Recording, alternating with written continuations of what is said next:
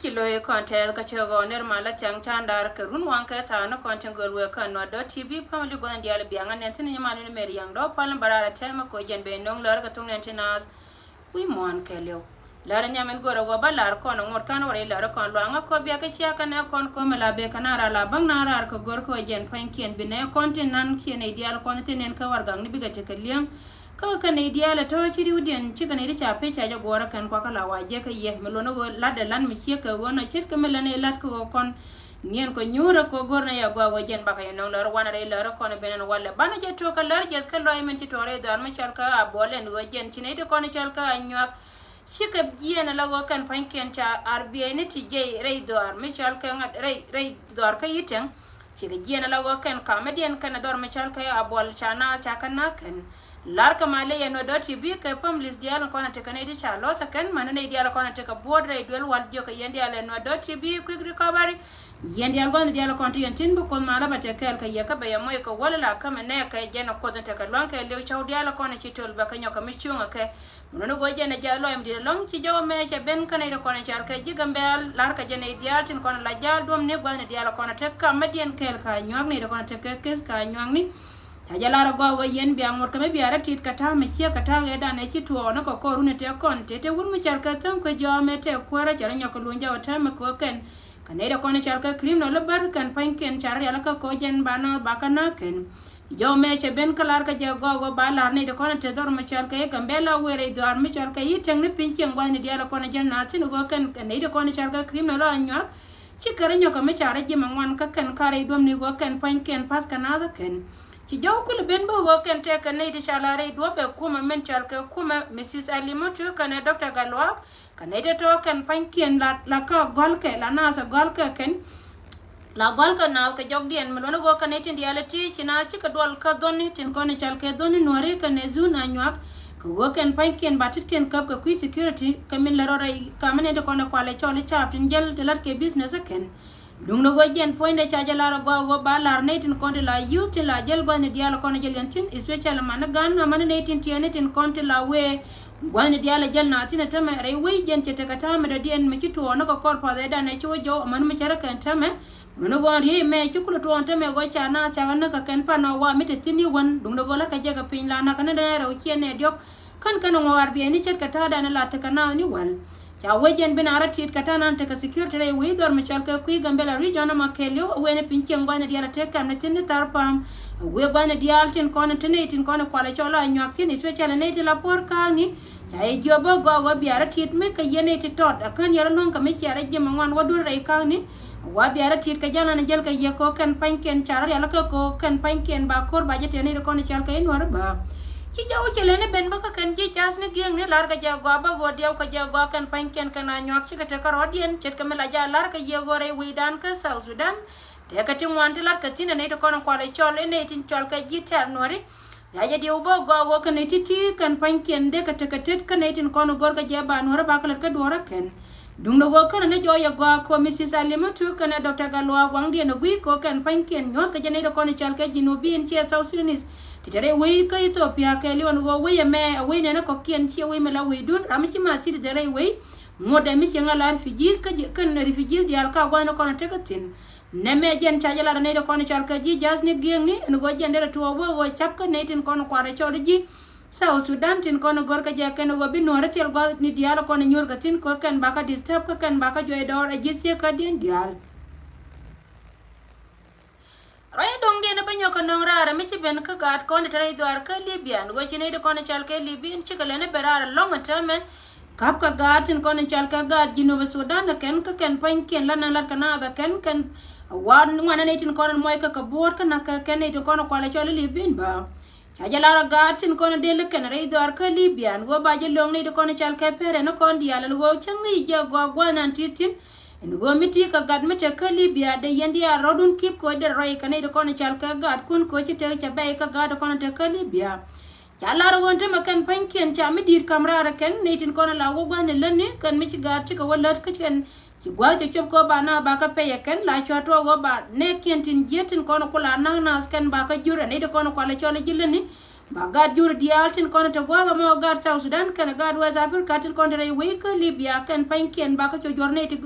gorka go kan pankien ba ka dwara kan jala yana linga tama go kan pankien ne chana cha ka kinab ba ne dial kon te ka tin kan ti ti kan la to kan ja bango ba ka kab ba ne ken dia yu dia wala to ba ne lani anta me la go kan ka jen jawana ne cha la da kan gad ka Libya anta me bur kan ma dwaya kan chiang ma ka bot be be ya long riudien dial ka te jene ka tan ken ka re del wal ku ne to kon tere we to mi kwa jela goro kan go de ne to kon chal ke dia si pere ni gandi al kon cho ka Libya kan de ka barar ko kan panken de gad ken de jo goro wa de gad te de de lor ka dub dial kon dong mi long kan ka wo de ka lo jo ka kan de ka lo jo ba ne me chala me di goro je ban wuja lo etin men te ka Libya ko gad panken te ma dos ka gon dial kon ta kon tin ka ci yu ne da ne ngas ka kan pankien ba cha jala go hotel yu en lo ka median kan de kono kwala chale li bien te kola ji we ne me bu me tet ka bo me dung dir ka jen point cha jala ro ne de kon te ka ti jin yu dien te ngwana ken la na wa yo de kan de kono cha kan nga kan la wala chira ne de cha ka kinaba ken gor ka yo ba ne de kon te ka tin no go me te ka ga de shi yat ka ji bo na ti tin ka gor ka lo ka ken ka Libya jen bi te ka ngai tin go ci te gan cha be ka Libya ne me jow ka tin dia tin kono ba nong yen wala yen tin as go bia te ngai tin ka jow me be ka gad kontin del tin kon te kel ka gad la ngeni tere dor ka Libya go ba je long ne de kono kwala chola peren ka kuilo ka gad ken te ka Libya elor tes ka loy me dire long ka ne tin kono chal ka elo nor ka ne dia tin kono chal ka nor ya tet ken cha jama da ken ka kui gadan ne kor DJ si kor de janga ci yede cha wajere dor mi chal ka Raidar Mitchell ke Indian jen point de chine tu ngana ken chatit ken chagamat ke nongring de yuti 30,000 te kon te gor ke delwal ki nor ko wan ke lew ci chon kel kane de kon chal ke lo nor ci lo nor bararan wala lar ka te lo ya ken la jo kane dial ten kon chala da machala da ken en go na ka tuk den do le me chal kor da nga ci kor de jang jen point de ci joy de chine tu ngana ken chatit ken jako ken chagamat tin te joy go jen point ken agan mala gadien me chikelet ka dwar ntama taro ito dana chine diatin kono chal ka chi mane kor chi lo dien chi ka te gone diala konde yentin yen war kangwan ke liu en ra michite de chieri ko kui ko be lo ka kor ne meda ne te ka mane min chete nien chine titi chi ka barar ka jowan wale community lo ka ke liu la war kangwan chal lo ya mane tanji no bin tin kono ngai kana dol mi chal ka ko de janga ken ka min chala da ken ka kui ko ken panken cha ga dien cha jana mare ile na na tetin neme ci kana lara gogo che nyosen won low near community kan panken taka kel kan ken especially do kono chal ken nor ka diok ayla ta do long low near community community ala ka gada na ko de janga mani family en takorte tin ci lo dien chete ko ken ci ka chonkel ka gad ka chonkel ka gadien gwa nan entere ka amane ken ba de ka chui ka mena lat ka ko yuti $30,000 bum je dien gane dial tin kono to continent ma cha ka de longa me de ka je ko charan cha dab kel kana lo ne tin kono cha ka community lo dien cha tes ko jen point de cha ga dien cha kamera arwan an tegatin ne me jo mi cha lar ne de kono cha kor cha ja dab ken no ba la nor kan wan ke lew ka kuites ka lo ay ka jo ka yen dial ngot kon no lo ner community ngure te kel ka ya ka tin dial kon le kon ka nyen mala mani nyering ni ke ka men chi anyo wa chi jen juk tuk dun ka lat ka tin la ka re mon lo ka no go jen cha joy go an lo no repat ka ne dang jok tin kono kwala chola ga no ko ken ba jo ma mi cha la da community en na cha kor cha ja dap tin kalar ka ne dial kon cha ga jino bien ta lo ay ka men cha la da ken ba jo mi dong ti ba nyo ko no rar ka kui dor mi chal ka ayut county chet ke me chi kon dial lingan go te ka ne ti more than 1,000 ti ka ra re dor ka ayut county ti chara mat kuma men chal ka kuma sal pakir ma ya di te ka ne ti yot re dor pin cheng doran jalara ken go go ba jo me ba lar ye dung do no do ti bi mo de te ka te ka na confirm ka ren chalat ko go ne te ko ne ti yat ka ne te ko no kwale chol ide ni tin kula de mbor hi white army ka ne tin ko ne ti yat ka kana ko ne cha jo me men ba lar ye te me je ne cha jala de ken ci ken lar go go ken la gui kare jam ka tin diala ko no gar ka ma ne diala ko roj ban diala ko te ka tin ka ti bi ne ko dial jijjo ne ma ne te ngor ka war gang ni amani TB kula TB South Sudan SSBC echi duor che report and go take an 80 more than 1,000 ti gen rai dar mi chal ka Ayut County jen cha lara ken chi cha ga aramin chi yoden wale go tela ne ti gen ka Ayut dung do gogan point de tela me balla den tame ko wo da ka meta kor ka mi chi ka wono an jen ba pe ti no go dung ti da mo ajen jaw cha nong nyara na mo ka yene ti na wi mon ke liu an wone te ko ne cha announce and ji South Sudan and go take an 80 more than 1,000 to jen ka utila chap nori the charal mat nature corner chalke ji kume jen point the judge and teme oberate to dunda go chabla here to teme go go ja go wabarai ka kwara kono kwala cholo kwar waiting kono kapka way can nature corner yot ke de ni che de mbor chia kai chap at kono lat ka roi mi chia kana me and go can find ken chicken nen ka jowana na chana lat gwa me ni paneja amana me lat ke tane na dia tunga na ken chala go ba nwer community baba larmina na chitu gwa ma woti dia la kono chia ne rudien dia joje wojen bika bida idian bika chika bita ka to gwa na dia la kono tegatin na ma jena na balwa jawon tema ka jowana na chala da gatin kono cha konto ler ka ti dia leti en wojen ayot konen chatar tina ne kono kwale chole jang selva kir mayadi joje wojen padagan tame advice me ba kam nor community e me balat ka kui wuro mi chal kan nyal deng nyal sianen gwane diala to no do tv che barar ka celebration che kamalat ka jinobi nen gote ka mi tuo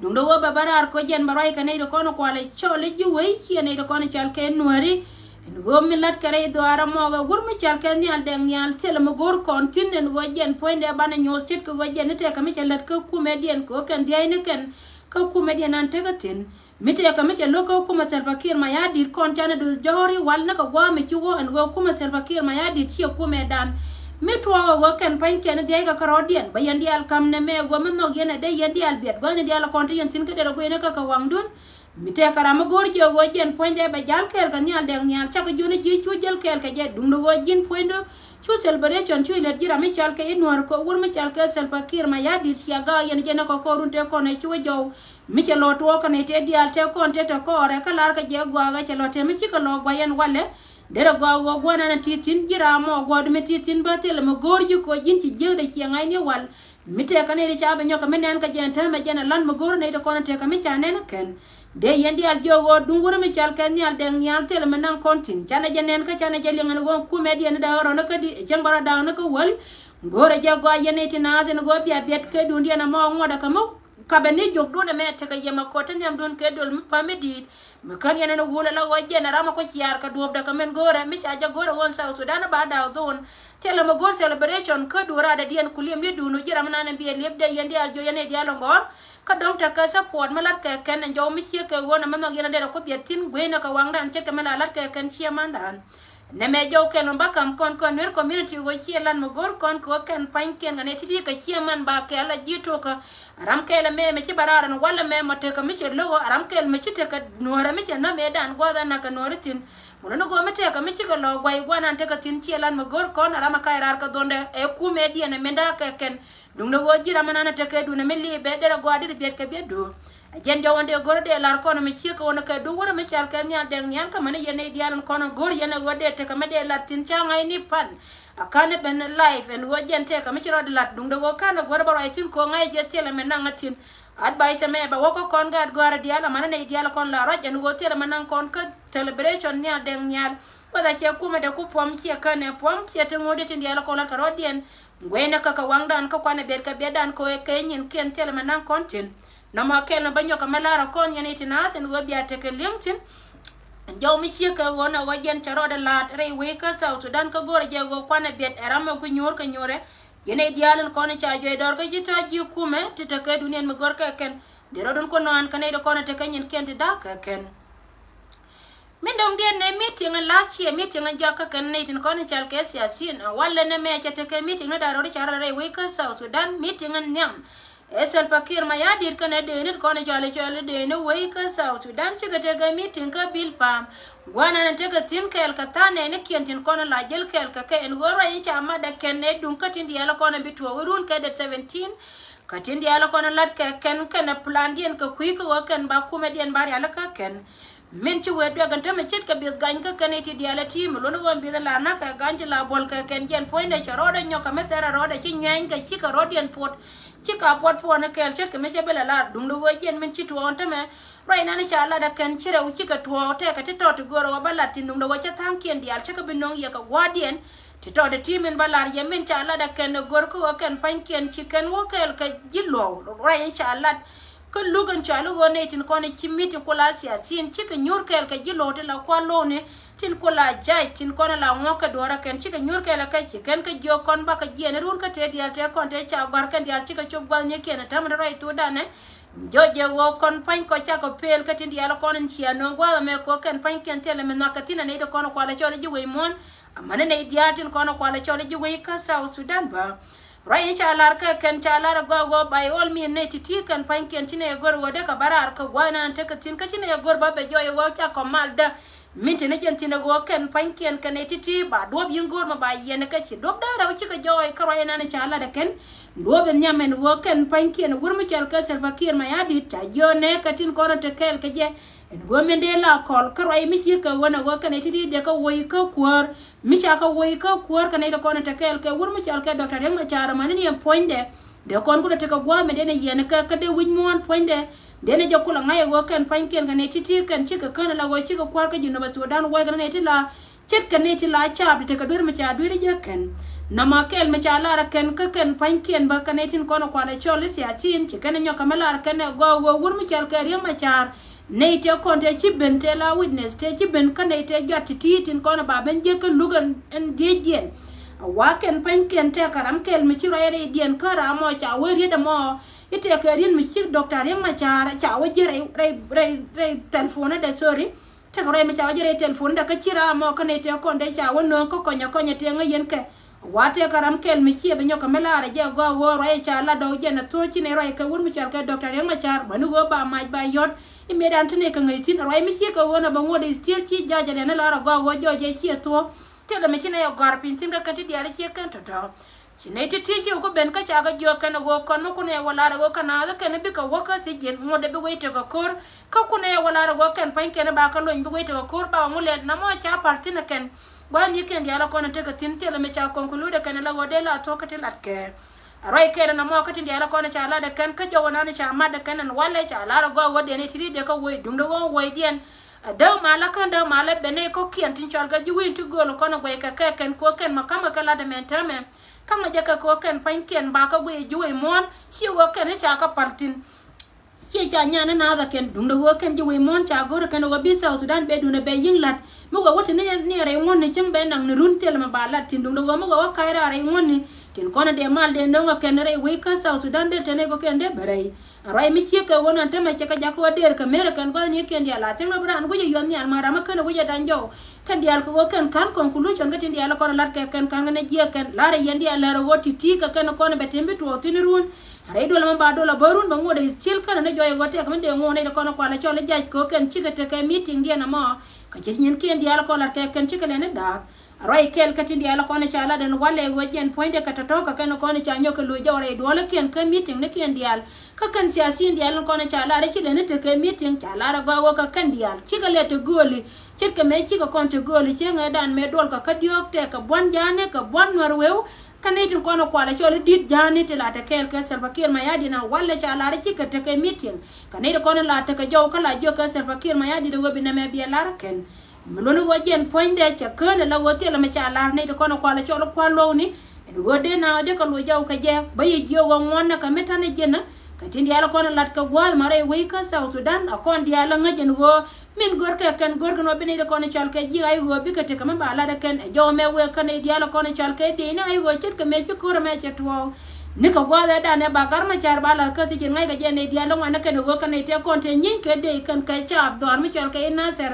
te la ne di chal ka ji ay go te kula de ni tim ka ku ko kan ngai ka na go kan cha pan ken te ka dunen mi cha lo je ken ko ku me la ku me dien kan ne ko ni chal ka ji ay go la do ne ka mai go dia la kono te ka tin a jo me we ka ye wo mo da ka me biate ne bi da ko yen mo wote ka mo jo yen go je ni shialat gen point de be chwa gen chabana na ba palitin dia la kono ci pel ka ke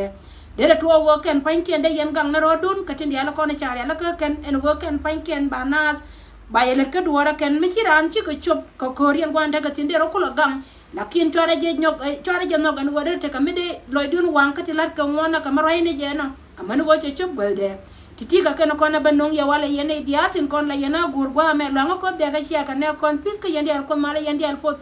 mlono go chang aro no e chang me be kon dia te libatin ka bu ko kon botin ne dia la kontre we ka South Sudan ti ra don ka jara na la jel ka ye wore we ka tiang chit ka me chala ri wala wan bodan la doi ka ma chala na la ba waja tin mi she ka wona ta security cha gore we biya don tit ka jana na jel ka ye ko te rambi ya gang rama karwa da ka ken ko na bandon ti baro ko garar ko ma ta kel ga ye anyi ma no mer yang do pal me non ti wala ka chenga wal bakel ka pa yang wal pa ron ba do da wudi jana wudi di baro da garar pi ko ndia ko ma dia po bala je ka sa no kontigo te we ga benta